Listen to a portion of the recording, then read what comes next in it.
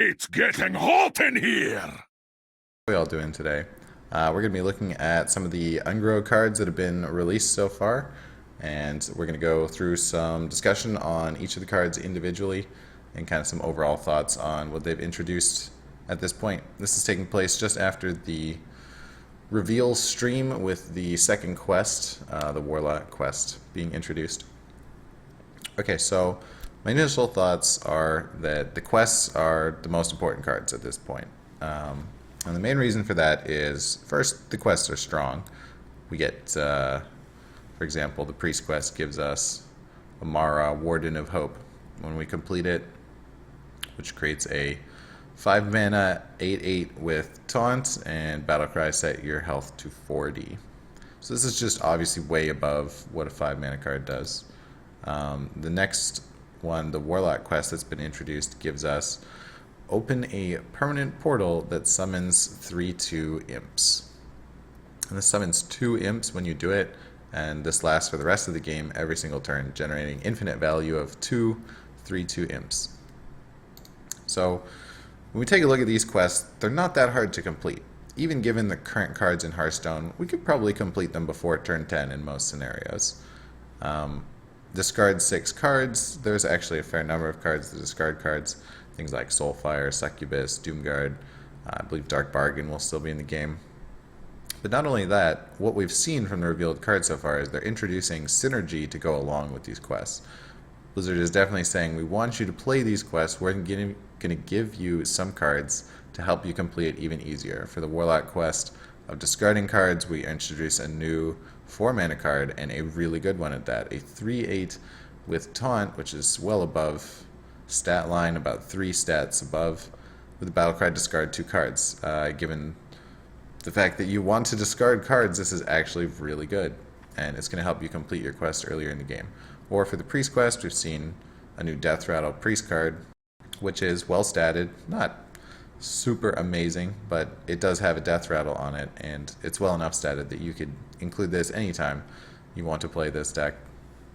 So I think these quests are the most important, and the thing that we can do with seeing the Priest and Warlock quest is say, with both of these in mind, the power level of all the quests is aimed to be very high. High enough that it will take a huge role in constructed play, and we're going to have to wait and see what the other classes get to really evaluate it.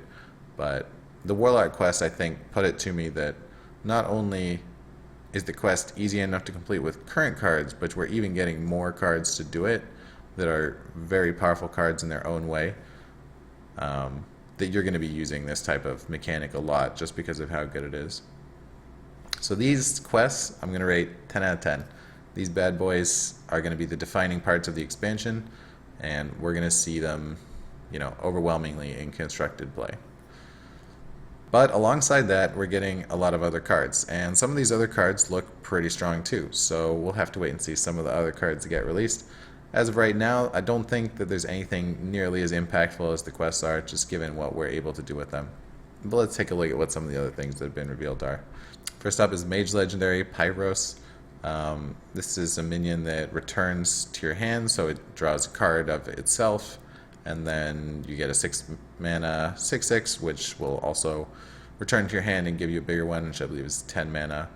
We don't think this is an amazing card. It has some late game value in it, but there are many better combinations of solutions for late game value comparable to a 6/6 or a 10/10. So not terribly impressed with this Mage Legendary.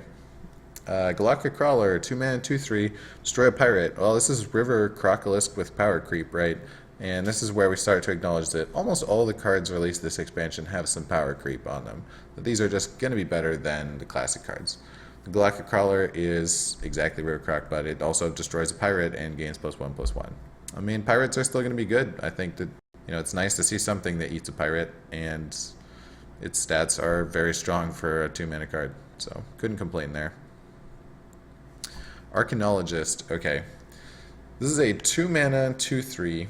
Draw a secret from your deck. So this is definitely a power creep on our current cards. Typically for 2 mana, you would play a 1/1 and draw a card, which is a Novice Engineer. That's like a fair 2 mana play. In this case, you're drawing a card, but you're drawing a specific card, so it's even a little better. And you get a 2/3 body. So this is just way overstated. This is more than double the stats of what the Novice Engineer has. It is an ideal body plus a powerful effect. This is one of the only class 2-mana cards we've seen so far, and I think this is one of the things to keep an eye on, that maybe, you know, all the 1-drop stuff, Blizzard's gotten it out of their system, but we could be looking at some very powerful 2-mana cards this expansion. If this is what they consider a good class card, I mean, mages have a ton of synergy with Medivh's Valet and Kirin Tor Mage, all the secret stuff going together there.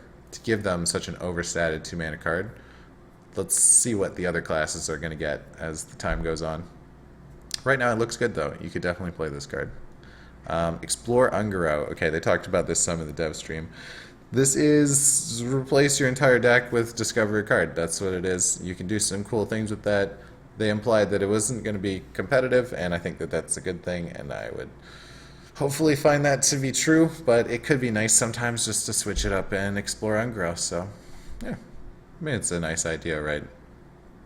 I don't think I have any problem with this card. I would have a problem with it if it saw like legitimate tournament play, because it's basically just succumb to the RNG, but you know, for a couple ladder games, sure, that's a cool one. This card is very strong. This card looks like an anti-aggro card, but I think that it's actually an aggro card as well. Tar Creeper, 3 mana. It's a 1/5. It's an elemental, though we haven't seen any elemental synergy yet. We do know it's an expansion of elementals. Taunt has 2 attack during your opponent's turn. Okay, the biggest thing with this is that it's 5 health with Taunt. Let's forget how much attack it has for a second. Anything with 5 health with Taunt is going to be able to protect your more important minions. So if you're playing a 2-drop that scales or a 4-drop that gives you synergy, the Tar Creeper is in the way, and it was a safe investment. This is the new Sludge Belcher, where you can just play it on that turn, and there's no disadvantage. It's like only a good thing. No matter which deck you're playing, you are putting 5 health in the way of your opponent attacking whatever you want to have on the board for the rest of the game until they kill it. This is way above stat line. It has 5 health at 3 mana, which is like what the best of the best with synergy have, and it has taunt as well. You can buff it, so I think this card's very strong. Aggro decks will use it to protect their aggro minions, control decks will use it to protect themselves. It's just something that is going to be good no matter when you want to play it because of how it trades. Pretty strong minion. It looks innocent, but yeah, it's going to be in a lot of games.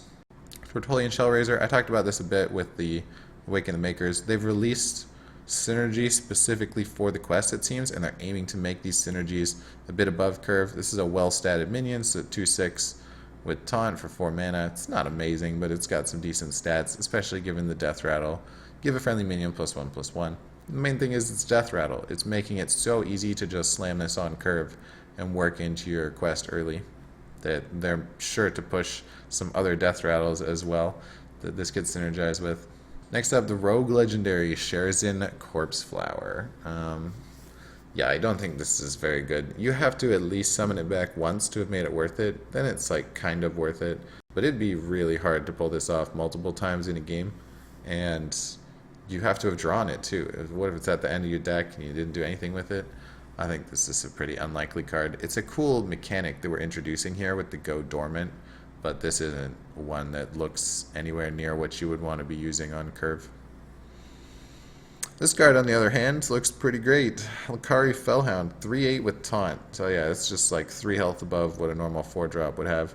Has taunt, it's a demon, so you get extra bonus there. Discarding cards is helping you on the Warlock quest. That's awesome. And more synergy being introduced for those quests could be pushing it even further over the top. Right now we have something like Malchezaar's Imp, where Malchezaar's Imp plus Lakari Fellhound is a 5 mana play. Malchezaar's Imp is 1 mana. It will mean that when you discard cards, the Malchezaar's Imp draws cards for you to replace those. So you would just have no downside to doing this. And then it also has taunt, so it protects the Imp, and then you follow up with like a Doomguard or a Dark Bargain next turn. You could just do devastating things. I think this is a very strong minion. clearly designed to synergize and make your quest easier to pull off. Gentle Megasaur, 4 mana, 5/4. Battlecry, adapt all your Murlocs. I don't know how to feel about this one. We've seen the adapt mechanic. Gives you the 10 options. Your Murloc, so it's hitting more than one thing, and stats aren't so bad. Yeah, I mean, maybe. Doesn't seem like the best pick right now, but could have something going for it. Verdant Longneck, 5 mana, 5/4, Battlecry adapts. I don't see why you would play this. I mean, this just seems significantly better. This is adapting itself, so that's cool, but it's basically the same body. They look funny next to each other, don't they? This is adapting multiple minions that were already in play. Not terribly impressed with that for the Druid class card. It does have beast synergy, I suppose. At least the Trailblazer. Okay, this is a cool mechanic. Battlecry, shuffle a sealed Ungrow pack into your deck. It's a cool mechanic. I said that the pack has much better odds, like 20 times better odds to give you good cards than a normal pack. It's a fatigue mechanic, though, really. I don't think it's so tremendous unless the games are super long, but if they push long games, yeah, you could see this used a lot. It doesn't have a bad body, and it gives you good value later. Volcano, deal 15 damage randomly split amongst all minions. I don't know. All minions? I don't think this is very good. Shaman have some other good removal at their fingertips. Doesn't scale well with spell power. It's like specifically scales badly with spell power. You'd think it would say like doesn't hit elementals. That would be cool. Okay, this card, Swamp King Dread, Hunter Legendary. This card is ridiculous. This is like Blizzard just said, well, Hunter's not winning much. What do we do to make them win some more? Why don't we just give them a really, really strong minion? This is clearly better than any normal minion you could play for that mana cost. It has better stats than a War Golem, which is the comparable one. It's a beast, and it has an effect, a really good effect. It'll kill your opponent's minions whenever they play it, and it will keep killing them until it dies or until they stop playing minions. The fact that it doesn't even just attack one, you can't play around it very well. It'll keep going. So yeah, this is crazy strong, and I think if you're playing Hunter, you're probably going to want to include that in your deck. Dino Size. Less impressed by this one. Paladin has a lot of 8 mana cards. I really don't see them using this too much, at least not right now. Maybe in some future meta that Paladin actually wants to hit people, but yeah. Paladin has so much 8 mana stuff. The games are getting your quest completed before turn 8, not trying to Dino Size a minion already on the board and get one big dude. Well, I think that's about it for now. I mean, the biggest thing to me is we have to see the rest of the quests. The quests are obviously scaled to be super strong, and they're making them easier to complete.